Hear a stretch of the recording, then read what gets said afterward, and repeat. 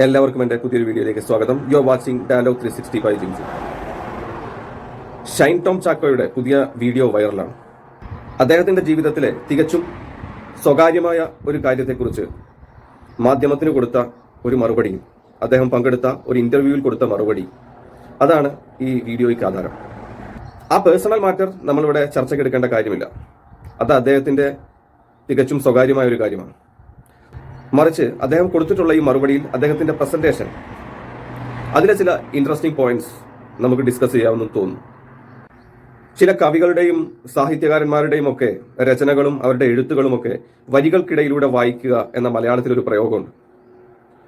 എനിക്ക് തോന്നുന്നു ഷൈൻ ടോം ചാക്കോയുടെ ഈ മറുപടിയും ഈ പ്രസന്റേഷനും കേട്ടാലും നമുക്കും വരികൾക്കിടയിലൂടെ വായിക്കേണ്ട ഒരു ഗതികേടാണ് വന്നിട്ടുള്ളത്.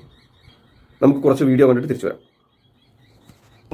എനിക്കും മറ്റൊരു വ്യക്തിക്കും, ഏതൊരു വ്യക്തിയാണെങ്കിലും അവർക്കും ആ ജീവിതത്തിൽ വളരെയധികം ബുദ്ധിമുട്ടുകൾ ഉണ്ടാകുന്നുണ്ട്. നമ്മുടെ ജീവിതത്തിൽ വളരെയധികം ബുദ്ധിമുട്ടുകൾ ഉണ്ടാക്കിക്കൊണ്ടിരിക്കുന്ന ഒരു സാഹചര്യത്തിൽ നിന്ന് നമുക്ക് നമ്മളെയും ആ വ്യക്തിയെയും രക്ഷപ്പെടുത്തണം.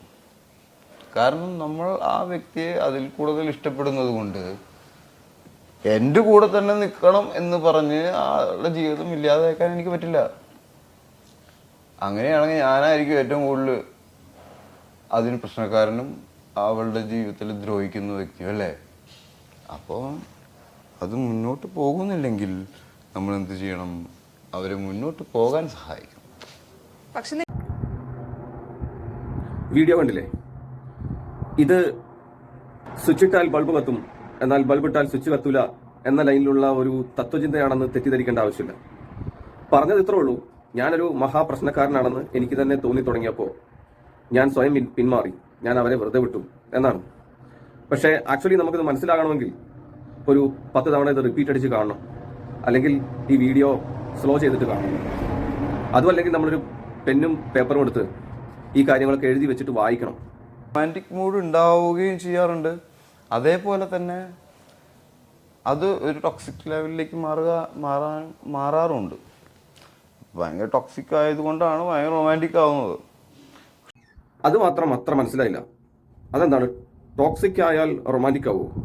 ടോക്സിക് ആയതുകൊണ്ടാണോ റൊമാൻറ്റിക് ആവുന്നത്? No idea. അവർ ചിന്തിച്ച് ഒരുപാട് കഥകൾ മെനഞ്ഞെടുക്കും. അത് ചെയ്യണം. ഒരു ആക്ടർ ചെയ്യേണ്ടത്, അവൻ ക്യാരക്ടറിന് ചെറിയ സൂചനകൾ കിട്ടിക്കഴിഞ്ഞാൽ അതിനെ ചിന്തിച്ച് അതിനെ അങ്ങ് കൊണ്ടുപോകണം. അത് നല്ലതാണ് ഒരു ആക്ടറിന്. പക്ഷെ ഈ സാധനം ഓണാണെങ്കിൽ ഓണായിരിക്കും. അപ്പോൾ അവൻ്റെ ഗ്രാജുവലി അവൻ ലൈഫിലും പേഴ്സണൽ ലൈഫിലും ഒക്കെ അതങ്ങനെ വർക്കായിക്കൊണ്ടിരിക്കും. It is not good for a family ലൈഫിൽ. ഓക്കെ, കാരണം ഇല്ലാത്ത സംഭവങ്ങളെ ഉണ്ടാക്കാൻ വളരെയധികം എൻ്റെ മൈൻഡിന് പറ്റുന്നുണ്ട്.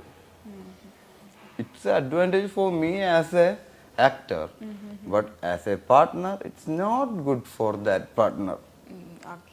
മനസ്സിലായോ? നിങ്ങൾ ഇത് കണ്ട് കൂടുതൽ ചിന്തിച്ച് കുഴപ്പത്തിലാവണ്ട. അദ്ദേഹം പറഞ്ഞത് ഇത്രേ ഉള്ളൂ. ഞാനൊരു സംശയരോഗിയാണെന്ന് എനിക്ക് തന്നെ മനസ്സിലായ സ്ഥിതിക്ക് ഞാനിതിൽ നിന്ന് പിന്മാറി. അതാണ് അദ്ദേഹം പറഞ്ഞതിന്റെ പച്ച മലയാളം. എന്തൊക്കെ പറഞ്ഞാലും അദ്ദേഹത്തിന്റെ ഈ തീരുമാനം അതൊരു നല്ല തീരുമാനമാണ് എന്ന കാര്യത്തിൽ സംശയമില്ല. കാരണം ഭാവിയിൽ നമുക്കൊരു കത്തിക്കുത്ത് വാർത്തയോ, അതല്ലെങ്കിൽ ഒരു ആസിഡ് ആക്രമണമോ, അതും അല്ലെങ്കിൽ ഒരു വെടിവെച്ച് കൊല്ലലോ ഒക്കെ തൽക്കാലം ഒഴിഞ്ഞു കിട്ടും. അത് നമുക്കൊരാശ്വാസമായിരിക്കും. കൂടുതൽ വീഡിയോയുമായി വീണ്ടും കാണാം. ബൈ.